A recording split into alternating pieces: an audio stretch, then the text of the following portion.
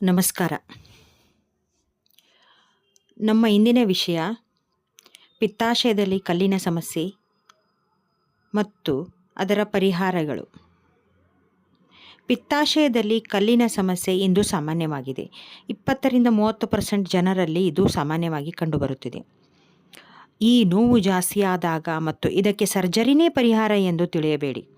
ಇದಕ್ಕೆ ಆಯುರ್ವೇದದಲ್ಲಿ ಸಂಪೂರ್ಣ ಚಿಕಿತ್ಸೆ ಸಾಧ್ಯ. ಹೌದು, ಆದರೆ ಇದರ ಬಗ್ಗೆ ತಿಳಿದುಕೊಳ್ಳೋಣ. ಪಿತ್ತಾಶಯದಲ್ಲಿ ಕಲ್ಲುಗಳಾಗುವುದಕ್ಕೆ ಕಾರಣ. ಪಿತ್ತಾಶಯ ಗಾಲ್ ಬ್ಲ್ಯಾಡರ್ ಒಂದು ಆರ್ಗನ್. ಇದು ಲಿವರ್ನ ತಳಗಡೆ ಇರುತ್ತದೆ. ಬೈಲ್ ಜ್ಯೂಸ್ ಬಿಡುಗಡೆ ಮಾಡುತ್ತದೆ. ಬೈಲ್ ಜ್ಯೂಸ್ನಲ್ಲಿ ಬೈಲ್ ಸಾಲ್ಟ್ಸ್ಗಳು ಕೊಲೆಸ್ಟ್ರಾಲ್, ಅಸಿಡಿಟಿ ಮತ್ತು ಇನ್ಫೆಕ್ಷನ್ನಿಂದ ಹೆಚ್ಚಾದಾಗ ಕಲ್ಲುಗಳು ರೂಪ ಪಡೆಯುತ್ತವೆ. ಇದನ್ನು ಪಿತ್ತಾಶ್ಮರಿ ಎನ್ನುತ್ತೇವೆ. ಇದು ಸಾಮಾನ್ಯವಾಗಿ ಪಿತ್ತ ಮತ್ತು ವಾತದೋಷದಿಂದ ಕೂಡಿರುತ್ತದೆ. ಇದರಿಂದ ಪಚನಕ್ರಿಯೆ ಕಡಿಮೆಯಾಗಿ ಕಲ್ಲುಗಳು ರೂಪುಗೊಳ್ಳುತ್ತವೆ. ಕಾರಣಗಳು: ಅತಿಯಾದ ಫ್ಯಾಟಿ ಆಹಾರ, ಕೊಬ್ಬು ಆಹಾರ, ಸಮಯಕ್ಕೆ ಸರಿಯಾಗಿ ಊಟ ಮಾಡದಿರುವುದು, ಕಳಪೆ ಆಹಾರ, ಸಕ್ಕರೆ ಕಾಯಿಲೆ, ಆಸಿಡಿಟಿ, ಸ್ಟ್ರೆಸ್. ಮತ್ತು ಇದರ ಲಕ್ಷಣಗಳು ಎದೆಯ ತಳಗಡೆ ನೋವು, ವಾಂತಿ ಆದ ಹಾಗೆ ಆಭಾಸ, ಬಾಯಲ್ಲಿ ಕಹಿ, ಹಸಿವು ಇಲ್ಲದಿರುವುದು, ಜ್ವರ, ಕೆಮ್ಮು, ಗ್ಯಾಸ್, ಹೊಟ್ಟೆ ಉಬ್ಬರ. ಪರಿಹಾರಗಳು: ಆಯುರ್ವೇದದಲ್ಲಿ ಚಿಕಿತ್ಸೆ ದೋಷಗಳ ಸಮತೋಲನೆ ಮಾಡುವುದು ಮತ್ತು ಡಿಟಾಕ್ಸನ್ನು ಬಾಡಿಯಿಂದ ಮಾಡುವುದು. ಪಂಚಕರ್ಮ ಎಕ್ಸಾಂಪಲ್ ಬಸ್ತಿ, ವಿರೇಚನ, ಗಿಡಮೂಲಿಕೆಗಳು, ಪಾಷಾಣ ಭೇದ ಕಲ್ಲುಗಳನ್ನು ಕರಗಿಸುತ್ತದೆ. ವಾರುಣಿ ಲಿವರ್ಗೆ ಉತ್ತಮ.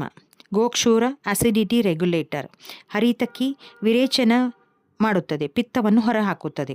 ಪುನರ್ನವ ಲಿವರ್ ಬಾವನ್ನು ಕಡಿಮೆ ಮಾಡುತ್ತದೆ. ಮನೆಮದ್ದು: apple cider vinegar 1 TSP, olive ಎಣ್ಣೆ ಮತ್ತು ನಿಂಬೆ ರಸ ಸೇವಿಸುವುದು. ದಿನವೂ 3-4 ಲೀಟರ್ ನೀರು ಸೇವಿಸುವುದು. ಡಯಟ್ ಆ್ಯಂಡ್ ಲೈಫ್ ಸ್ಟೈಲ್: ತಾಜಾ ಹಣ್ಣುಗಳ ಸೇವನೆ, ಜೋಳ, ಬಾರ್ಲಿ ಹೆಚ್ಚಾಗಿ ಬಳಕೆ, ಹೆಚ್ಚು ಮಸಾಲೆ, ಹೆಚ್ಚು ಕೊಬ್ಬು ಇರುವ ಪದಾರ್ಥಗಳನ್ನು ಬಳಸದಿರುವುದು. ಹಿತವಾಗಿ ವ್ಯಾಯಾಮ: ದಿನಕ್ಕೆ 30 ನಿಮಿಷ ನಡೆಯಬೇಕು. ಊಟ ಸರಿಯಾದ ಸಮಯದಲ್ಲಿ ಮಾಡಬೇಕು. ಸ್ಟ್ರೆಸ್ ಕಡಿಮೆ ಮಾಡಿಕೊಳ್ಳಲು ಮೆಡಿಟೇಷನ್, ಪ್ರಾಣಾಯಾಮ ಮಾಡಬೇಕು. ಗಮನಿಸಿ, ವಿಡಿಯೋದಲ್ಲಿ ನೀಡಲಾದ ಮಾಹಿತಿ ಆಯುರ್ವೇದದ ವೈದ್ಯರ ಸಲಹೆಯನ್ನು ಪಡೆದು ಸೇವಿಸಬೇಕು. ಸ್ವಚಿಕಿತ್ಸೆ ಮಾಡಿಕೊಳ್ಳಬೇಡಿ. ಇದು ನಿಮ್ಮ ಎಜುಕೇಷನ್ಗೆ ಮಾತ್ರ. ಆಯುರ್ವೇದದಲ್ಲಿ ಜೀವನ ಸಂಪೂರ್ಣ ರೀತಿಯಲ್ಲಿ ವೈದ್ಯರ ಸಲಹೆಯಿಂದ ಪಿತ್ತಾಶಯವನ್ನು ರಕ್ಷಿಸಿರಿ. ನಿಮ್ಮ ಆರೋಗ್ಯವೇ ದೊಡ್ಡ ಸಂಪತ್ತು. ಅದನ್ನು ಆಯುರ್ವೇದದಿಂದ ಪಡೆಯಿರಿ. ಇದು ಆದಷ್ಟು ಜನರಿಗೆ, ಪಿತ್ತಾಶಯದಲ್ಲಿ ಕಲ್ಲಿನ ಸಮಸ್ಯೆ ಇರುವವರಿಗೆ ಶೇರ್ ಮಾಡಿರಿ. ಇದರಿಂದ ಅವರಿಗೆ ಅನುಕೂಲವಾಗುತ್ತದೆ. ಧನ್ಯವಾದಗಳು.